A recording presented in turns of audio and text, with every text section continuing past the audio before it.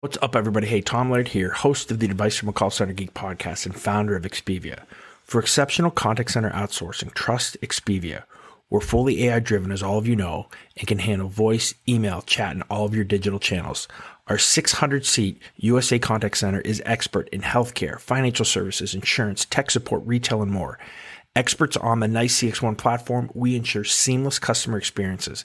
DM me or visit expediausa.com for more. This is Advice from a Call Center Geek, a weekly podcast with a focus on all things call center. We'll cover it all from call center operations, hiring, culture, technology, and education. We're here to give you actionable items to improve the quality of yours and your customers' experience. This is an evolving industry with creative minds and ambitious people like this guy. Not only is his passion call center operations, but he's our host. He's the CEO of Expedia Interaction Marketing Group and the Call Center Geek himself, Tom Laird. All right, well, welcome back, everybody, to another episode of Advice from a Call Center Geek, the call center and contact center podcast, where we try to give you some actionable items to take back in your contact center, improve the overall quality, improve the agent experience, hopefully improve the customer experience as well. My name is Tom Laird. I am the CEO here at Expedia Interaction Marketing. We are a 600-seat call center outsourcer located here in fall and actually snowy now, Erie, Pennsylvania. But today's a little bit different. Super excited to have Nick Corso join us, and he's kind of beloved by his handle of Corso on the Veefriends Discord. And we talk a lot about customer experience and customer service. Well, the NFT space and the community that is being evolved with NFTs is something that is kind of the next level, right, of community or customer support. People don't realize that, just looking today, the Veefriends Discord has over 362,000 members, right? So there's a lot of different personalities and a lot of different things to kind of look out for and help and obviously kind of sometimes probably putting into their place. So having said that, Nick, thank you so much for joining us. I know I got a ton of questions for you, but I really, really appreciate it. Yeah, thank you for having me. So I know, my audience knows what Veefriends are. I mean, at least most of us, I believe, do. I mean, I was an early holder and bought the day that it came out. Have a bunch of Veefriend 2s and kind of have been through the process and kind of explained to my audience. But just real quickly, can you just talk, kind of from your perspective, kind of what Veefriends is and really how you got involved with the process with Gary and the whole deal. Yeah. So Veefriends in my eyes is like, I try not to explain it as an NFT project to anyone, just because when you say NFT, people always think of, scam or this right, or that, or too complicated. So I explain Veefriends as an IP that is building out characters with positive traits to help spread kindness and all these positive traits around the world. So that's like my quickest way of explaining it. And it's definitely easier for anyone to understand that way. Yeah, and I probably should have explained too. I mean, your role. I mean, you are the community success lead at Veefriends too, right? So yeah, you're the one that's kind of really dealing with the community members, with the holders, and with probably potential holders as well. Yeah. So with my role, that's actually like pretty new. I think it might have been like July or June. So been like 4 months as that role. But it's definitely been an evolution from the over a year. Right. And you know what? It's funny. I was at VCon and I liked a lot of people were talking about not NFT projects, but almost NFT companies. Right. And like, because these guys, there's venture capital that was coming into space, brands were coming in, CEOs were running these things. So I think that's probably a really good point too, that I should probably take. But hey, can you take us through, whether it's you, whether it's somebody on your team, just a moderator, right, in the Discord, kind of watching, can you just run through kind of their normal day? How does that look from when they, they kind of are on and they're in the Discord? What do they do or how does that work? Yeah. So we have like a quick, easy mod schedule that we use for them. Just way we kind of cover all the time zones possible.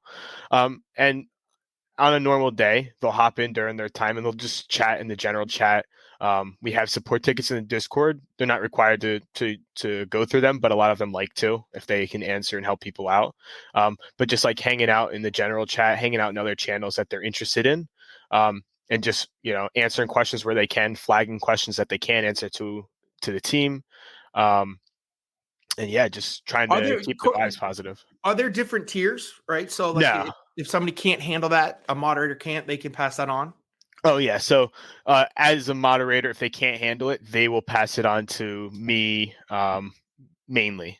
So there is one mod who knows more about one specific thing, ledgers, hardware wallets. So we'll flag stuff to him for hardware wallet stuff. But besides that, a lot of the stuff gets flagged to me. Are there any specific, are you guys just using kind of the Discord tools, or are there any other, tools that you can talk about that you guys utilize? We just use the Discord and then just emails, just Web 2. Right. So Gotcha. yeah, we don't use any like special tools to get it done.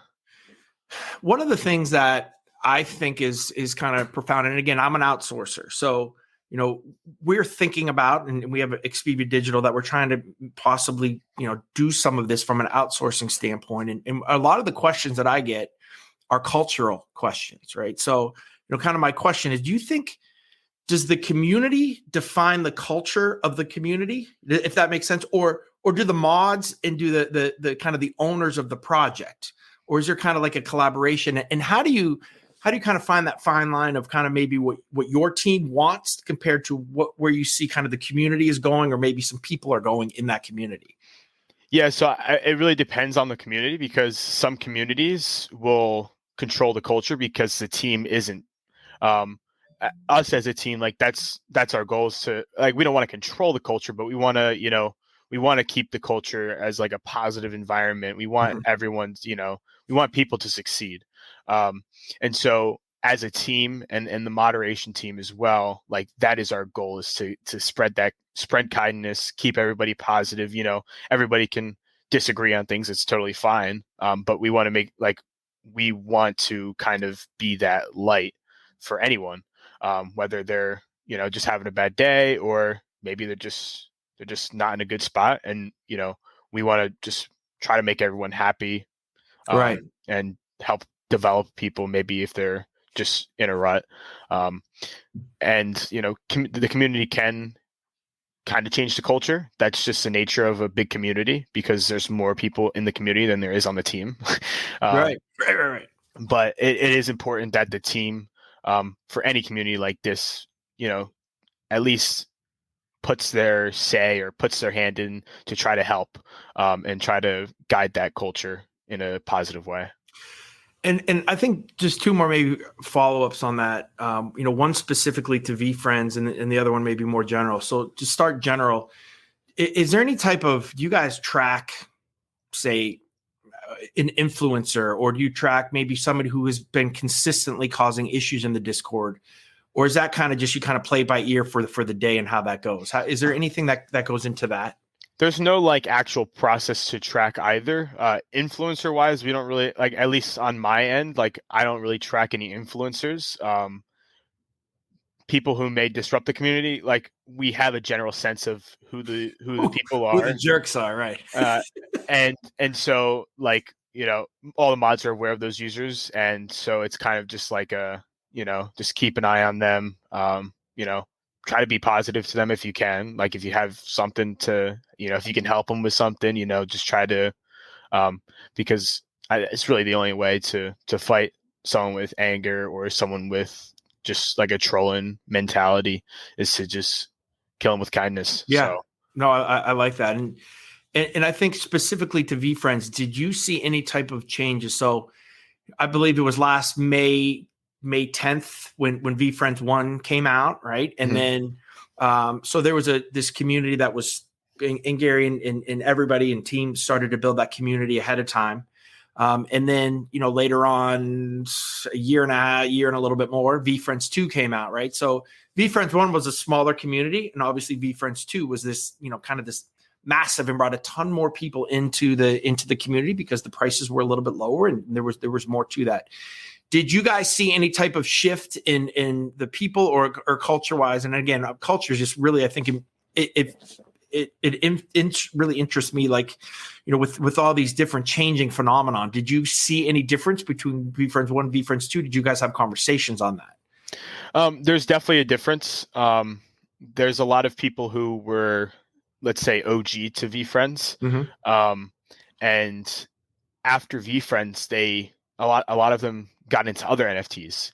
And so they learned a lot within each other on their own rather than in the Veefriends Discord. So over time, they kind of, to my understanding, strayed away from the Veefriends Discord because there wasn't stuff for them to learn specifically. That makes sense. Yeah. So it's, it's completely understandable. And so the kind of the general crowd, I don't know if crowd's the right word, but the general, the active people in the Discord are a lot of people who minted Series 2s. And then there's still a bunch of people who minted Series 1s who are still active in the Discord or maybe bought Series 1s down the road.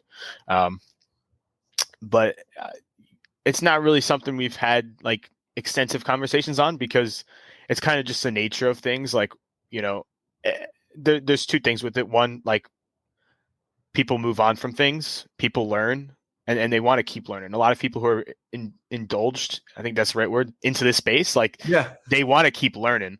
And so they're going to go to places where they can learn that benefits them. And something with Veefriends, there might not be specific things that they can learn from, but there is still experiences, there's still activations that a lot of them do partake in because that's where a lot of the value is.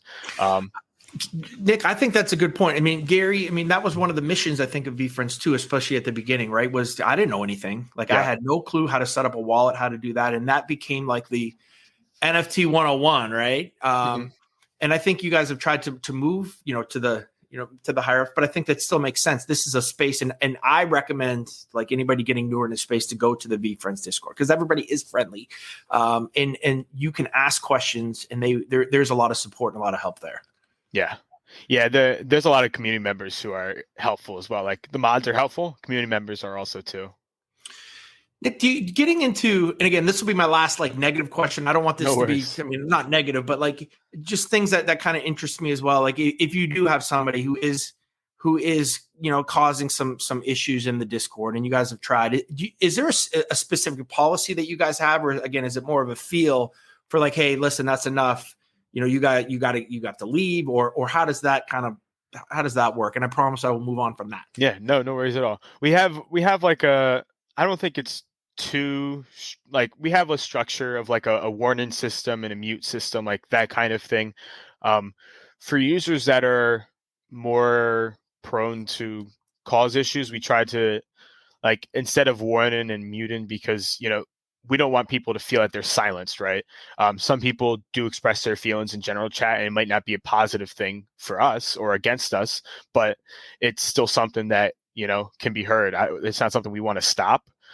So there's definitely a fine balance between like negativity and constant negativity and, someone just expressing the way they feel about something. So we're very, I don't want to say lenient, but we're very careful with who we will warn for what and mute. But most of the moderation that happens is just like people chilling.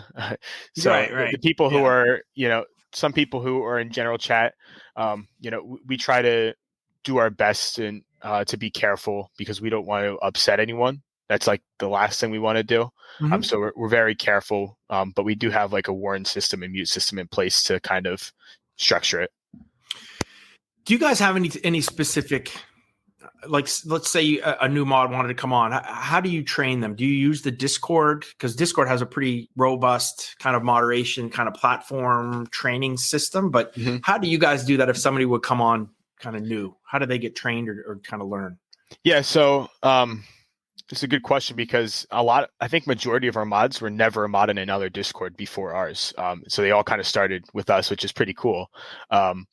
And so the learning, the way we did learning was, we would recommend that they read through the Discord's moderation thing, because it like, if you don't know Discord, you'll learn a lot about Discord through that, and you'll kind of learn about everything you really need. So we recommend they go through that. And then usually I will hop on a call with like a group, because like if we get new moderators, usually it's like a few rather than just one. So we try to figure out a time that works best for everyone, and we hop on a call and I just kind of go through everything. We still have a mod handbook that we go through.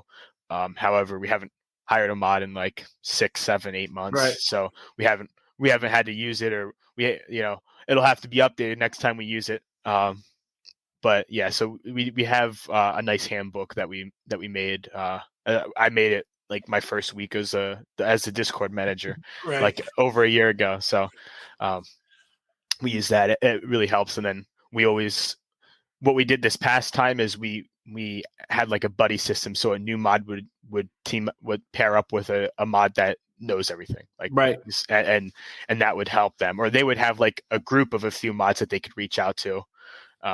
This way, like they can get the help they need, and of course they can reach out to me or anyone else. But they have those other moderators that they can get assistance from if they need.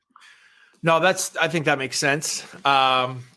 One of the things too, I think, that you guys are very proactive, at least from the point of, consistently trying to get the message out in the Discord.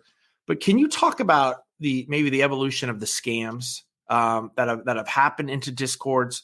Knock on wood. I mean, Veefriends has had much more success in avoiding that than some other projects. Can you talk about, how you guys go through that, or, what are some of the things that you're always wary of when it comes to that? Yeah. So the main way they always happen is like phishing attempts. Mm-hmm.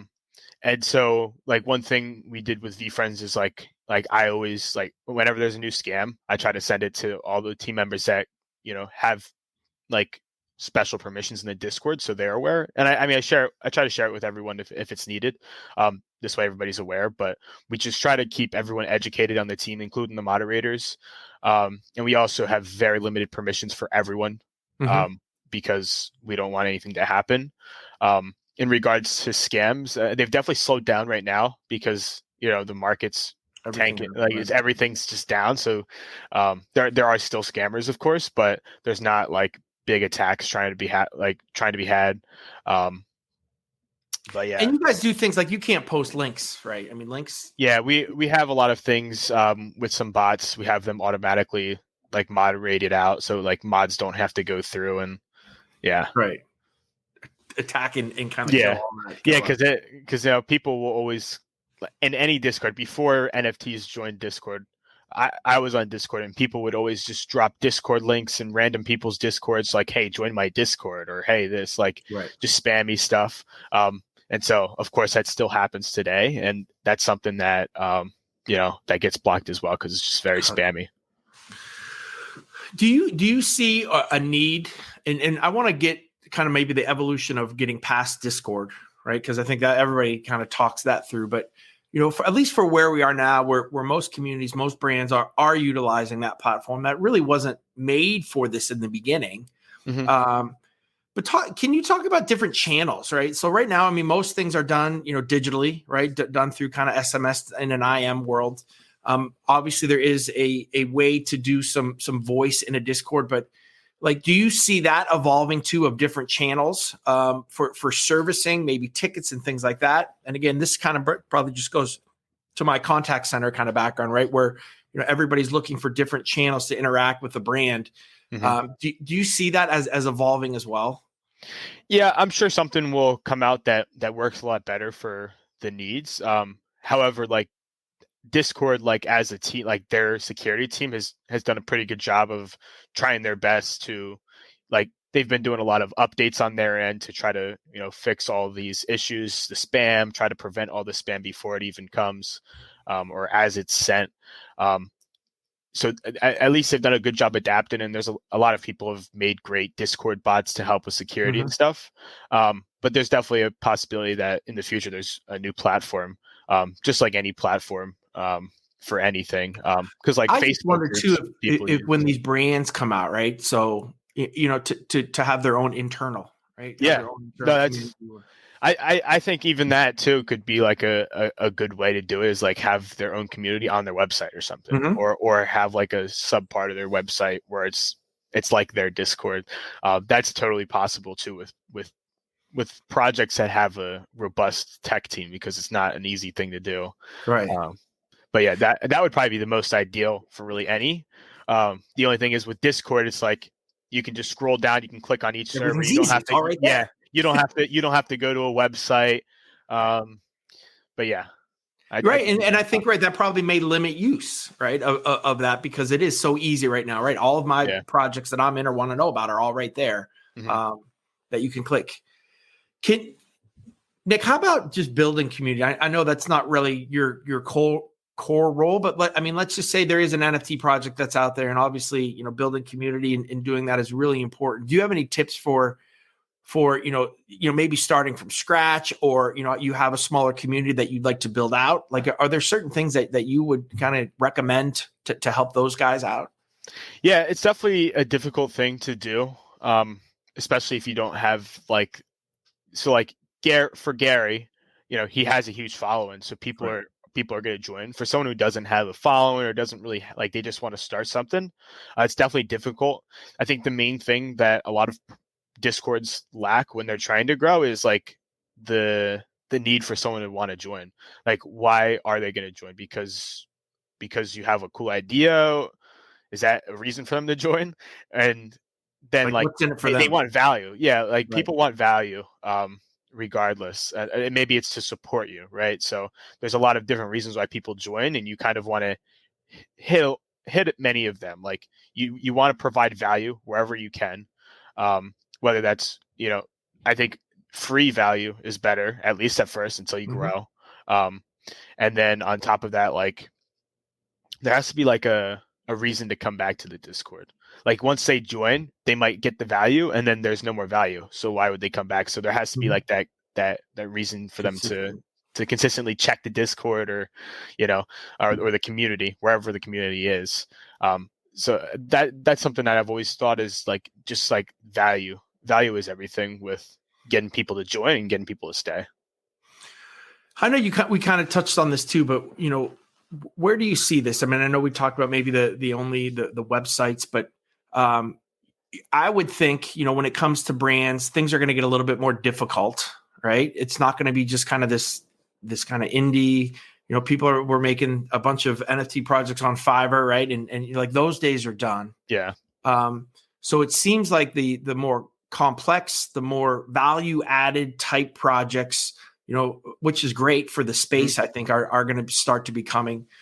But do you see more of a move from again, not to talk about a contact center, but some type of real infrastructure when it comes to this for these brands? I mean, do you see everybody hiring? What do you see kind of the future of this as things maybe get more ticket oriented? Maybe there's the ease of use to get onto the platform, right? Or getting away from the MetaMask and kind of those types of things. And let's just say we have the kind of this influx of people. What are some of the things that you think, might change or could be a little bit better for how things are done now? There's with Discord, it's very limited with some things. I think and a lot of people will mute Discords and then they don't get any notifications. And so I think the Web 2 side of things helps a lot. It's so much easier for everyone that's new. Getting an email, getting a text with an update of something. With Veefriends, we started doing weekly newsletters. We also do roundups, but we've been doing a newsletter as well that we've been sending out, where all the information that happened that week, all the updates is in that, and people can just get a quick read through. I think having just everything easy for new people is the best way, because MetaMasks are scary to people when you tell them that seed phrase cannot be shared and you can't lose it and all of that. It's a scary thing, even for me. So I think making it seem very easy and making it easy for people to learn. I don't know if I answered your question, but no. Well, I gave you kind of that was a 14-point question in kind of one. But I think I'm just excited to see the evolution of this, right? Because we're not going to be stuck here, whether that is like we talked about having, people go to their own websites, having another whole, I guarantee there's some VC out there that is trying to develop the next Discord for this specifically. And there's been such a downturn in the market that I think people are building now, right? There's going to be so many things that we don't realize that are coming out. And I think Gary's kind of talked about that too in a lot of, I don't say cryptic tweets, but like things that he's starting to see on the background and kind of where things are evolving there too. How do you guys, I don't want to say like keep up your skills, but like, is there anything that you guys bring to your dev team to say, hey, can we do this? Can we do this? Like, do you have like this wish list of things that you could do that you wish, were like, if you could like snap your fingers and say, hey, we'd love to be able to do this. What are some of those kind of things?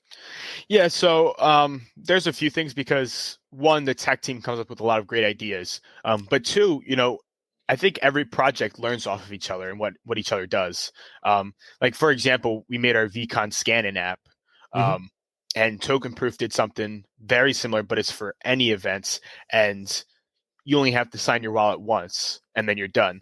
And so with Veefriends, with the VCon thing, I think it was similar, but you can't add new things. So like that, those kind of techs are stuff that we always, like, the tech team's always aware, like they pay attention to it, but we also like share it with them, like all the cool tech that's out there, and to see like what tech would be useful for us, and what tech can we share with our community in our own way to just benefit everyone, right? And to make the experience better. So we try to, like, we learn off other projects, and then we also come up with great ideas. Like the tech team's full of amazing, well, they're very talented people, and they have great ideas. So there's a few things. Yeah. Is there like it almost seems like there needs to be like a moderator only Discord, right? Like moderators, like is there anything kind of like that? Like, or do you just have friends and people that talk that through? And yeah, so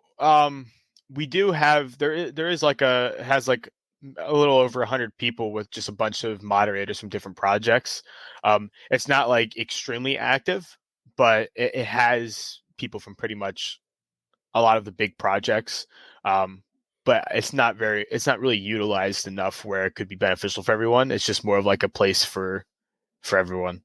It's amazing how early everything is. And, even looking at where you guys started, and, me being petrified of doing my wallet to now, making mistakes, right? I mean, we've all kind of made, like, I've lost like $8,000, right? Just transferring to a non-Ethereum wallet, wanted to just like punch myself. Yeah. Right. And those are the things I think that people are kind of still scared of.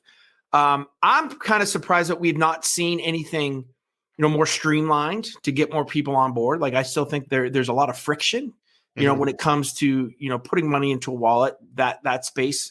I mean, have you heard any rumblings? And again, I know this gets a little bit off topic, but just because you're into the space so much, on anything being worked on with that, or what are your kind of thoughts on that as well? I personally don't pay too much attention to like crypto news, or really like a lot of NFT news lately. But I definitely seen something about like credit card companies like using cryptos. Yeah, so I think that'll make it a lot easier. I'm not sure exactly how it'll work, but it might just be a pin to your wallet. So that'll make it a lot easier because it's the same exact thing they've been doing, but the money's not refundable. Right. Maybe there will be one day. There'll probably be enough. It'll be less. What's the word? It'd be more frictionless, or like, is it? Well, yeah, it will. It'll definitely be more frictionless. It'll be less decentralized if we want more people to join. Because right. Decentralization is why a lot of people are here, but the reason why a lot of people aren't here, majority of people aren't here, is because of that. Because they want that security, they want that safe feeling of, if I make a mistake, it's okay because my money's not gone. But right now, you make a mistake, all your money could be gone. That's on your wallet. So that's definitely something that keeps people away. Right. Like, my mom wants to be into it, but she wants me to do everything. Yeah. And I think you start to see something. I'm like, I don't know. I don't even know if I want to do it. Nick, I appreciate it. I mean, you went through my list. I added some other stuff in here too. I thank you so much. I mean, this has kind of been a really cool insight into, again, the, arguably, I say top 3 for me. It's number 1. NFT, platforms, and kind of what you guys are doing at Veefriends, the community that you guys have built, the community that you've been able to keep, Again, it is always a friendly place for anybody that's brand new, which a lot of Discords are not. When they have those kind of the I call them, probably like they're OGs that are, beat it, go to another channel. Mm-hmm. So again, I think that there's a lot of thanks with that. Just quickly too, how many members are on your team? Like how many moderators do you guys have? Moderators, we have, I think, 22. So a decent sized moderation team compared to a lot of other projects. And then just last question with that too. Do they have specific shifts? Like, are they on for 4 hours and 3 hours? Like, it's like 2 or 3 hour shifts, depending on like what works best for them. And it is volunteer, and so we don't want them to overdo it or anything. We just a lot of them love doing it, and the experience. Like one of them, for example, she's like gotten so many, like she's done so much security work for a bunch of top projects out there, like Boss Beauties. Her name's Crystal. She's done like Boss Beauties, all these other projects. And she started with Veefriends, and she made a tweet, I think yesterday or maybe the day before, just saying like how ever since she became a Veefriends moderator, like she learned so much, and it's helped her pay off a lot of debts. So like that's just one example of like kind of what we strive to do, at least, is like I strive to make sure that they get opportunities if they want them, and to just develop their skills if they want to. Like we don't want to push anything on them. We don't want to make them learn how to do this or that, but if they want to, like, it's always something that we want to help with.